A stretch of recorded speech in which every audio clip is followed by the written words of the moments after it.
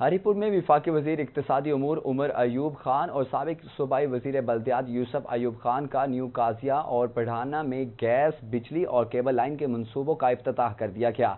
वफाकी वज़ीर उमर अयूब खान ने इफ्तिताही तकरीब से खिताब करते हुए कहा कि हरीपुर में मनसूबों का जाल बिछा दिया है, अवाम से किए वादे पूरे करेंगे। साबिक़ वज़ीर बल्दियात यूसुफ अयूब खान ने तकरीब से खिताब करते हुए कहा कि हमारी हुकूमत ने ज़िला में मनसूबों के जाल बिछाए हैं, हमने एहसान नहीं किया। हमारा मिशन है आवाम की खिदमत करना और इन 5 सालों में ज़िला हरीपुर का नक्शा बदल देंगे।